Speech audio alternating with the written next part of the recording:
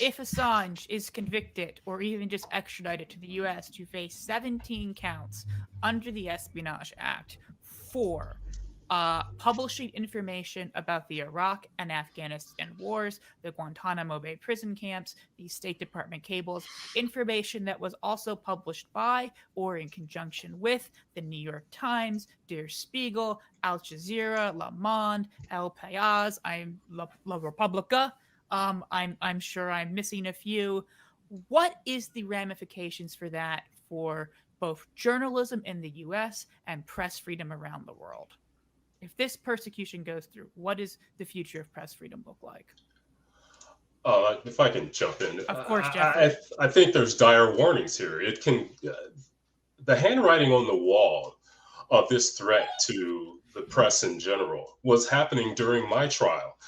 Yet the mainstream media, pretty much the same way with Assange, had no reason to pay any attention. The only time the mainstream media paid attention to my case was when one of their own was threatened with being sent to jail for not revealing his source.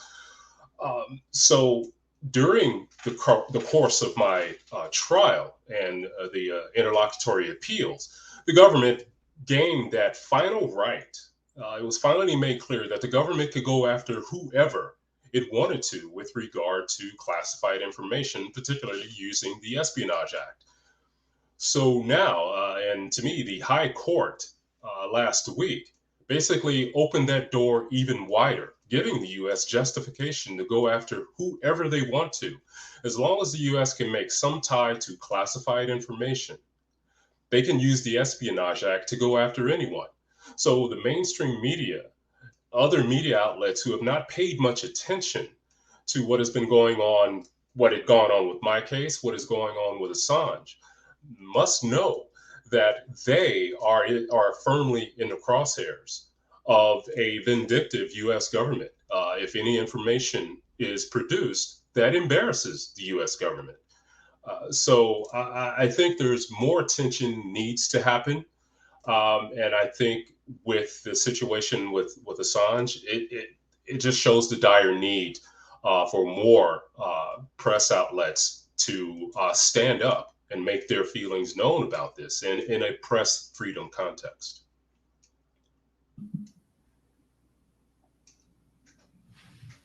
Kevin, I know you have thoughts on this question.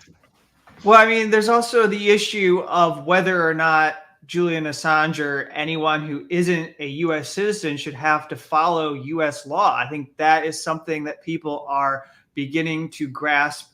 I know that it's coming from the right, the political right within Australia, but Barnaby Joyce, who is the Deputy Prime Minister of Australia, is saying things to the extent of, and others are recognizing along with him, that the issue here is whether Australians are going to be committing crimes, and then they're going to find that other countries see the signal that the U.S. is sending out, that they can prosecute people for not following their own laws. So there's this kind of, to use a euphemism from the United States, wild, wild west vibe that people should be getting from what the U.S. is doing in marking new territory here by pursuing this case against Julian Assange. And so I think, that's truly something that people need to contemplate here. I don't know.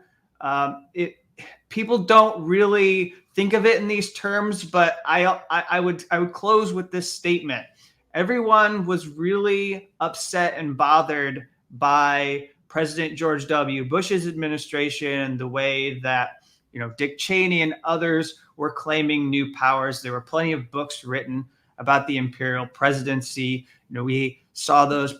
There were parallels between some of the things that were written and what happened with Richard Nixon's administration. And the same could be said for President Donald Trump's administration. But we've also seen that under Democratic president like Barack Obama and now Joe Biden, people are far more willing to believe that they are going to be reasonable and they're going to exercise great care in the way that they use this power, which has allowed for the expansion of certain like drone warfare. We've seen laws become stretched. The legal boundaries have been stretched. We've seen them claim that they can take certain actions that if a Republican president does it, we are supremely outraged to see them making those steps. And I think that there are people who wrongly believe that Joe Biden and his administration know how to handle this prosecution of Assange with care so that it does not jeopardize press freedom, and are actually going to maybe handle it better than the Trump administration would. Like they're going to figure out some way to do this that doesn't affect journalists. And I think that's a kind of ignorance or hubris that people within the media establishment should not have, and people who care about democracy and human rights should not have. Because the fact of the matter is the way, the way they are going about it is not going to exclude them. And in the end, if you don't challenge Joe Biden for doing this, if you don't challenge Attorney General Merrick Garland for not dropping the charges and ending this case, then you are opening up a future where the next Republican president, which we can expect we will have, since there are political pendulum swings in the US repeatedly, then they might turn on the New York Times or the Washington Post and their editors, or they might want to go after someone at CNN. We survived a Trump administration where people were repeatedly committed to investigating Donald Trump and targeting his administration for reasons that were, by and large, most of the time justified in looking at the corruption within his administration. But think of the next president who's a Republican who believes that he is being unfairly targeted and needs to go after his enemies in the press.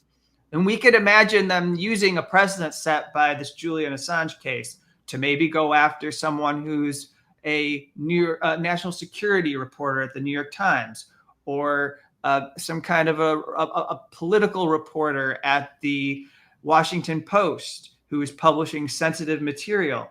And I don't think we should believe that that's out of the realm of possibility, because if the politics shift enough, they can make people fearful. All they have to do is create the climate of fear like they've done around Julian Assange. And then once they do that, they can punish and target anybody. Thank you, Kevin. And Stefania, fate of... Yes, Chip. I don't think I'm exaggerating when I say that if they are able to extradite Julian Assange and put him in prison for life, because this is what they want, I don't have any. I don't believe they will. They will give him a sentence for a few years. They are after him to crush him, to destroy him once and for all. If they can do this, and if they will do it to the whole WikiLeaks organization, and not just Julian Assange, to the all the WikiLeaks journalists and so on. And I want to stress this because we always discuss the Julian Assange case, but this case is about the full organization, the whole organization. If they are able to do this, it will be devastating. It will be the 9/11 of press freedom. It will mean that we no longer live in a democracy. In a democracy, you have to be able to, the public, the journalists and the public have to be able to know, to expose state criminality at the highest level. This is the difference between a democracy and an authoritarian state. In an authoritarian state, you cannot do it because they kill you or they put in jail for life. In a democracy, it must be possible to do it. So we must defend this right because it's about our democracy. And if they can do it, it will be the end of democracy. It's not an exaggeration. Of course, they do it with Julian Assange because an easy target. If we compare to the New York Times, or if we compare to the Washington Post, who are highly influential, very often in bed with their government, so they don't dare to attack them directly. but we all will be the next. So will be, and the public will be the next. Their right to know will be destroyed. It means that you don't have the right to know the state criminality at the highest level. You just have the right to know the corruption, the mafia story, and things like that, but not real, actual state criminalities. We must defend this right to know the dirty secrets of the highest level of power. And let me close this conversation with one last thing. We have invested a lot of energies to follow this legal case, to follow the hearings and the appeal and whatever. I have no trust whatsoever in this legal process. This power, this level of power is granted enjoys complete impunity, not just because the judges are corrupt. We are the demonstration. We had our judges and prosecutors able to nail the CIA agents responsible for the CIA rendition. They were able to get a final sentence, and yet these people have never ever spent a single day in prison. This power is completely is complete is enjoys complete impunity. So how can we think that this legal process, the 300 appeals Julian Assange has went through, can achieve anything they want? The only hope for Julian Assange is for people taking to the street and a large protest, people taking the street. Don't have any hope in the judges in the court. They won't provide any justice for this case. This power is accountable to no one. They are untouchable.